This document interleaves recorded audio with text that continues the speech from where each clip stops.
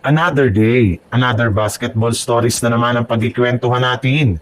At ngayon nga, yung pag-uusapan natin ang balitang may official na nga daw na ginawang trade ang Los Angeles Lakers. At ang balitang mabubuong bagong superstar duo ng Golden State Warriors.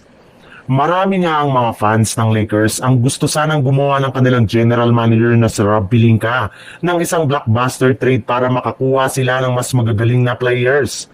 Napakarami rin naman ngang mga malalaking pangalan ang nakadikit sa kanilang team ng mga nagdaang buwan at linggo kagaya na lang ni Bam Adebayo mula sa Miami Heat, Lauri Markkanen mula sa Utah Jazz at maging sina Jeremy Grant at Holiday mula sa Portland Trail Blazer. Ngunit ni isa man nga dito ay hindi man lang nakuha ng Lakers sa isang trade. Kaya karamihan nga sa kanilang mga fans ngayon ay dismayado ng husto sa kanilang front office. At imbis nga na ang main team ng Lakers ang gumawa ng trade, ang kanilang G-League team, lamang nga na South Bay Lakers ang gumawa nito matapos nilang i-trade sina Quincy Olivari and Dajuan Gordon papunta sa G-Team ng Detroit ng Motor City Cruise kapalit ng multiple first round picks sa G-League draft.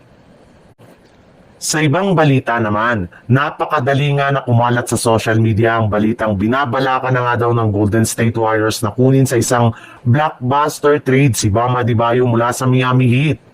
At isa nga sa mga dahilan bakit gusto nila itong kunin ay upang may tandem siya sa kanilang superstar na si Stephen Curry sa mga susunod na taon sa NBA. Napakalayo rin naman nga ng agwat ng skills ni Adebayo kumpara sa mga kasalukuyan nilang big man na sina Al Horford, Tracy Jackson Davis at Quintin Post. Medyo matanda na rin naman nga si Horford ngayon habang hilaw pa rin naman nga ang galaw ni na Jackson Davis at Quintin Post. Kaya kung meron man isang center na kayang makasabay kay Stephen Curry, eto nga yung walang iba kundi si Bam Adebayo na isa sa mga best big man ngayon sa NBA na merong kakayanan sa opensa at depensa. Kayang-kaya nga nito na gumawa ng malalaking puntos plus meron pa siyang rebounding at shot blocking presence sa ilalim ng basket. Mabilis rin naman nga itong gumalaw sa loob ng court at meron pa nga siyang reliable na jump shot sa mid-range.